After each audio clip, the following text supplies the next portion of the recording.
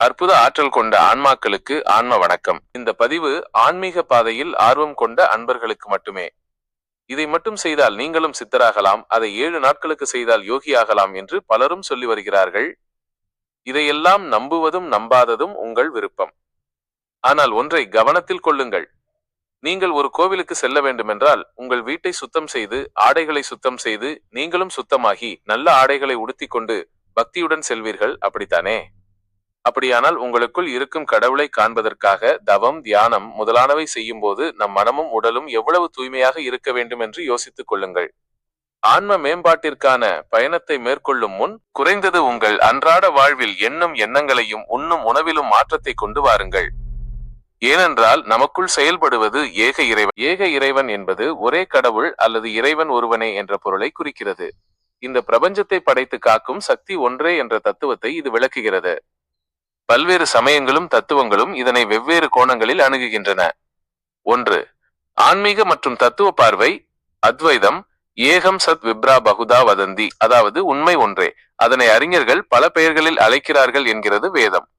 கடவுள் உருவமற்றவர், எங்கும் நிறைந்தவர் என்ற கருத்தை இது வலியுறுத்துகிறது. திருமூலர் திருமந்திரம் ஒன்றே குலமும் ஒருவனே தேவனும் என்று திருமூலர் குறிப்பிடுகிறார்.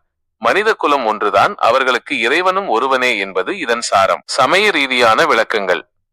இஸ்லாம் லா இலாஹ இல்லல்லாஹ், அதாவது வணக்கத்திற்குரியவன் அல்லாஹுவை தவிர வேறு யாரும் இல்லை என்பது இம்மார்க்கத்தின் அடிப்படை. இறைவன் ஒருவன் மட்டுமே ஏகத்துவம் என்பதை இது மிக தெளிவாக கூறுகிறது. கிறித்தவம் பிதா சுதன் பரிசுத்த ஆவி என 3 நிலைகளில் இறைவன் அறியப்பட்டாலும் அவர் ஒருவரே என்ற கோட்பாடு பின்பற்றப்படுகிறது. சீக்கியம் இக் ஓங்கார் ஐக்கிய இறைவன் ஒருவனே என்பது சீக்கிய மதத்தின் முதன்மை கொள்கை. தமிழ் இலக்கியங்களில் பண்டைய தமிழ் இலக்கியங்கள் மற்றும் திருக்குறள் போன்ற அறநூல்கள் ஆதி பகவன் என்றும் வாளறிவன் என்றும் இறைவனை பொதுவான சொல்லால் குறிக்கின்றன. இது மதம் கடந்த ஒரு பரம்பொருளை அடையாளப்படுத்துகிறது. சுருக்கமாக சொன்னால், ஏக இறைவன் என்பது மனிதர்களின் நம்பிக்கைக்கும் அவர்கள் பின்பற்றும் வழிபாட்டு முறைக்கும் ஏற்ப வெவ்வேறு பெயர்களால் அழைக்கப்பட்டாலும் அந்த மூலப்பொருள் அல்லது ஆதிசக்தி ஒன்றுதான் என்பதே இதன் பொதுவான கருத்தாகும். தியானம் மற்றும் தவம் செய்பவர் தனது உள்ளத்தையும் மனத்தையும் தூய்மைப்படுத்துவது என்பது ஒரு தொடர்ச்சியான பயணம். சித்தர்களும் யோகிகளும் இதற்காக சில முக்கியமான படிநிலைகளை குறிப்பிட்டுள்ளனர். மன தூய்மை அடைய பின்பற்ற வேண்டிய வழிமுறைகள். எண்ணங்களை கவனித்தல் விட்னஸிங். மனத்தை தூய்மை செய்ய முதலில் அதன் போக்கை கவனிக்க வேண்டும். தியானத்தில் அமரும்போது வரும் எண்ணங்களை எதிர்க்காமல் ஒரு சாட்சியாக நின்று அவற்றை பார்க்க வேண்டும். தேவையற்ற எண்ணங்கள் தானாகவே விலகத் தொடங்கும். மூச்சு பயிற்சி பிராணாயாமம். மனம் எங்கே இருக்கிறதோ அங்கே மூச்சு இருக்கும், மூச்சு எங்கே இருக்கிறதோ அங்கே மனம் இருக்கும். பிராணாயாமம் சீரான மூச்சு பயிற்சி நாடி நரம்புகளை சுத்தப்படுத்தி மனதின் படபடப்பை குறைக்கும். மூச்சு சீராகும் போது உள்ளத்தில் இருக்கும் எதிர்மறை உணர்வுகள், கோபம், பொறாமை குறையத் தொடங்கும். அகத்தாய்வு இன்ட்ரோஸ்பெக்ஷன். ஒவ்வொரு நாளும் தியானத்திற்கு முன்னரோ அல்லது பின்னரோ சுய பரிசோதனை செய்வது அவசியம். இன்று நான் யாரிடமாவது கடினமாக நடந்து கொண்டேனா? யாரை பற்றியாவது தவறாக எண்ணினேனா? இப்படி நம்மையே நாம் கேள்வி கேட்கும் போது தவறு செய்யும் எண்ணம் குறையும். இதுவே உள்ளத்தை தூய்மையாக்கும் முதல் படி. மௌனம் காத்தல். வாய் பேசாமல் இருக்கும் மௌனத்தை விட மனதிற்குள் எழும் பேச்சை குறைக்கும் அந்தர் மௌனம் மிக முக்கியமானது. தேவையற்ற சொற்களை தவிர்ப்பது மன ஆற்றலை சேமித்து உள்ளத்தில் அமைதியை நிலைநிறுத்தும். பற்றற்ற நிலை டிட்டாச்மெண்ட். சித்தர்கள் வலியுறுத்துவது போல எதன் மீதும் அதிக பற்று வைக்காமல் இருக்கும்போது மன அழுத்தம் குறைகிறது. தன்னிலை அறிதல் மூலம் உலகப் பொருட்கள் மீதான மோகத்தை குறைத்தால் மனம் தெளிந்த நீரோடை போல மாறும். சாத்வீக உணவும் வாழ்வியலும். உள்ளத்தின் தூய்மைக்கு நாம் உண்ணும் உணவிற்கும் நெருங்கிய தொடர்பு உண்டு. இயற்கை உணவுகள், எளிமையான சத்தான மற்றும் அகிம்சை முறையில் கிடைக்கும் உணவுகள், சாத்வீக உணவு மனதை அமைதி நிலையில் வைக்கும். இயற்கையோடு இணைந்த வாழ்வு மற்றும் மனிதாபிமானத்துடன் பிற உயிர்களிடம் காட்டும் அன்பு உள்ளத்தின் அழுக்குகளை நீக்கும். திருமூலர் வாக்கு மனமது செம்மையானால் மந்திரம் செபிக்க வேண்டா, மனத்தை செம்மைப்படுத்துவதே ஒரு தவத்தின் ஆகச்சிறந்த பலனாகும்.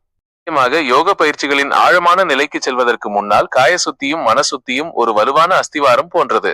அஸ்திவாரம் இல்லாமல் எழுப்பப்படும் கட்டிடம் எப்படி நிலைக்காதோ அப்படியே அடிப்படை தூய்மை இல்லாமல் செய்யப்படும் யோகமும் முழுமையான பலனை தராது.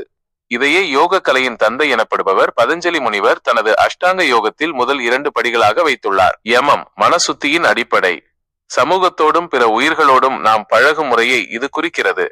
அகிம்சை எண்ணத்தாலும் சொல்லாலும் செயலாலும் யாருக்கும் தீங்கு செய்யாமை. சத்தியம் உண்மை பேசுதல் மற்றும் உண்மையாக இருத்தல். அஸ்தேயம் திருடாமை, பிறர் பொருளுக்கு ஆசைப்படாமை. அப்பரிக்கிரகம் பேராசை கொள்ளாமல் தேவையற்றவற்றை சேர்க்காமல் இருத்தல். நியமம் காய மற்றும் தனிமனித சுத்தி. இது ஒரு சாதகன் தன்னைத்தானே செம்மைப்படுத்திக் கொள்ளும் முறை. சௌசம் தூய்மை, உடலை உள்ளும் புறமும் தூய்மையாக வைத்திருத்தல். குளித்தல் மற்றும் தூய்மையான எளிமையான உணவு உண்பது. சந்தோஷம் கிடைப்பதைக் கொண்டு மனநிறைவுடன் இருப்பது. தவம் இலக்கை அடைய விடாமுயற்சியுடன் பயிற்சி செய்தல். சுவாத்தியாயம் நல்ல நூல்களை கற்றல் மற்றும் சுய பரிசோதனை. ஏன் இதை முதலில் செய்ய வேண்டும்? உடல் ஒத்துழைப்பு, காய சுத்தி, குறிப்பாக எளிய இயற்கை உணவுகள் மற்றும் தூய்மை செய்யும் போது உடல் லேசாக மாறும்.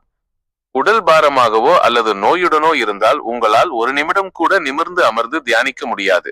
மன அலைச்சல் குறைதல், பொறாமை, கோபம் போன்ற எண்ணங்கள் இருக்கும்போது தியானத்தில் அமர்ந்தால் மனம் அந்த எண்ணங்களையே சுழன்று சுழன்று வரும். மனசுத்தி இந்த போராட்டத்தை குறைத்து மனதை அமைதிப்படுத்தும். ஆற்றல் சேமிப்பு, முறையற்ற பழக்க வழக்கங்கள் நம் உயிர் ஆற்றலை பிராணா வீணடிக்கும். காய சுத்தி அந்த ஆற்றலை சேமித்து யோக பயிற்சியின் போது அதை மேல் நோக்கி செலுத்த உதவுகிறது. நீங்கள் தொடங்க வேண்டிய எளிய முறை. 1. உணவில் கவனம், எளிதில் செரிக்கக்கூடிய உடலுக்கு கனம் தராத சாத்வீக உணவுகளை உட்கொள்ளுங்கள்.